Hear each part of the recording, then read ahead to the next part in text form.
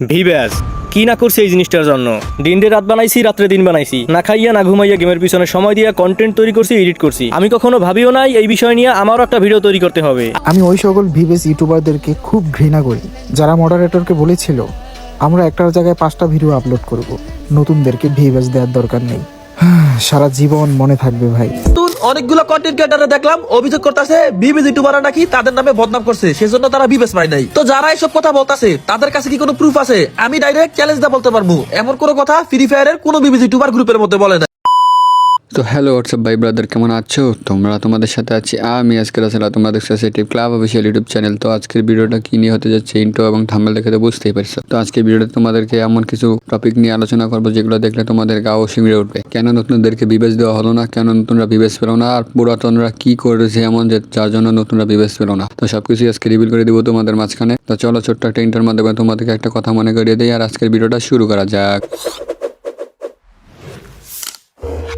سبيل الدموع سبيل مريح।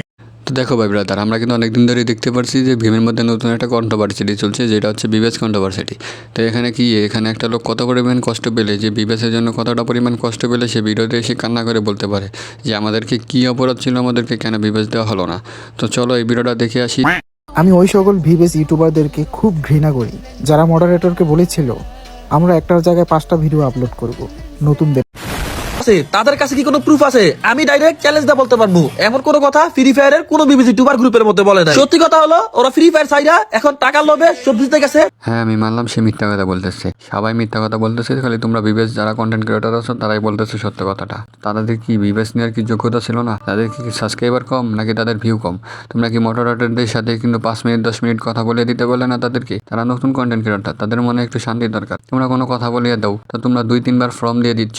আর আমার যতটুকু মনে হয় তুমিও বিবেচের জন্য এককালে এরকম করেছিলে। তো তুমি এখন বলতেছো তারা পাবজিতে যাওয়ার জন্য টাকার লোভে তারা গেম ছেড়ে দিচ্ছে, এরকম নাটক সাজাচ্ছে। এসব কি আসলেই সম্ভব?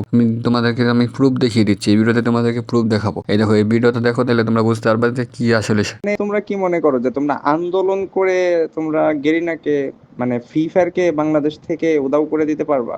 এটা কি তোমাদের ধারণা? তাহলে মনে হয় যে তোমরা বোকার স্বর্গে বসবাস করছো। গেইনের কিচ্ছু যায় আসে না। যদি এইখান থেকে যদি 500 মানুষের যদি না থাকে কিংবা 1000 মানুষের না থাকে, গেইনের আই থিঙ্ক কিছু যায় আসে না। সো রিল্যাক্সে ধৈর্য ধরে বসে থাকো, আর কখনোই গেরিনার বিপক্ষে কিছু বলার চেষ্টা করো না, তাহলে কিন্তু মনে হয় যে যতটুকু আশা ছিল সেটা হারাবে।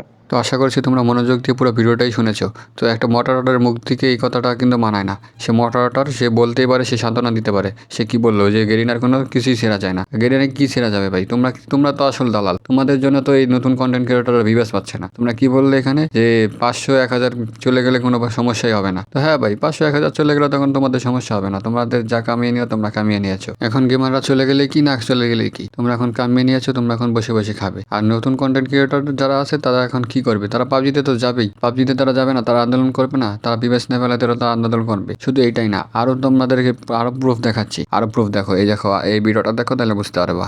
শোনা যায় ফ্রি ফায়ার ব্যান ইস্যু এবং মডারেটর না থাকার কারণে ওই ফোরামের আর কোনো আপডেট আসে নাই। এরপরে আবার 2024 সালের আগস্ট মাসে ফ্রি ফায়ার পার্টনার প্রোগ্রামে নতুন ক্রিয়েটর নেওয়ার জন্য গেরিনা আবার একটা ফর্ম দেয় এবং এই ফর্ম অ্যাপ্লাইয়ের 5 মাস পর 25 ডিসেম্বর 2024 গেরিনা বাংলাদেশ সার্ভারের সকল ফ্রি ফায়ার কন্টেন্ট ক্রিয়েটর থেকে বাছাই করে 33 জনকে তাদের পার্টনার নেওয়ার জন্য সিলেক্ট করে। আর এই 33 জনের লিস্ট আমার মনে হয় সবাই একবার হলেও দেখেছেন। এই লিস্টে আমার নামও ছিল। আর এই লিস্ট পাবলিশের সময় আমাদেরকে জানানো হয় 5 জানুয়ারি 2025 সবাইকে পার্টনারের গ্রুপে নেওয়া হবে। কিন্তু অত্যন্ত দুঃখের বিষয় 2025 সালের 5 জানুয়ারি থেকে মাসের পর মাস অপেক্ষা করতে করতে 2026 সালের জানুয়ারি শুরু হয়ে গেল। কিন্তু আমাদের পার্টনারের গ্রুপে নেওয়া তো দূরের কথা, তারা আমাদের কোনো খোঁজ খবরও নেই। কন্টেন্ট তৈরি করতেছি, আমার সবকিছুই ঠিকঠাক আছে, পার্টনার যখন নেবে তখন অবশ্যই আমাকে নিয়ে নিবে। এরপর এইসব বিষয় নিয়ে কথা বললে নাকি ভিভাস দিবে না। আর এই একটা ভয়ের কারণেই আমি সহ যত ক্রিয়েটর আছে কেউই কোনো কথা বলে নাই। এখন যদি এতই পাই ভয়, তাহলে কেমনে করবো জয়? তো ভাই ব্রাদার, তোমাদেরকে তো আমি প্রুফ সব ভিডিও দেখিয়ে দিলাম। তো গেমের যদি নিয়ম এরকম হয় যে ভিডিও বানানো যাবে না, কোনো ভিডিও বানানো যাবে না, ভাই আমি একটা বিবেস পাইনি, আমি তো ভিডিও বানাবোই। কেন আমি বিবেস পেলাম না? আমাদেরকে বারবার ফর্ম দিচ্ছে, আমরা ফর্ম পূরণ করতেছি, তারপর আমরা কেন বিবেস পাচ্ছি না? এটা তো আমরা বলবোই নাকি? এটাও আমরা বলতে পারবো না। তো এই গেমে থেকে আমাদের লাভ কি? সে তো আমাদের পাবজি ভালো,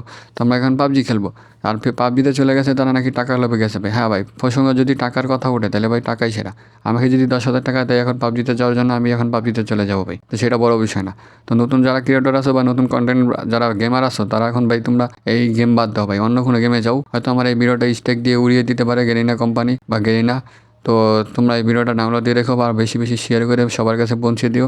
আর ভিডিওটা ভালো লাগলে লাইক কমেন্ট এবং চ্যানেলটা সাবস্ক্রাইব করে দিও। এরকম ভিডিও আরও পাওয়ার জন্য লাইক কমেন্ট শেয়ার করো। আসসালামু আলাইকুম, আল্লাহ হাফিজ গাইস।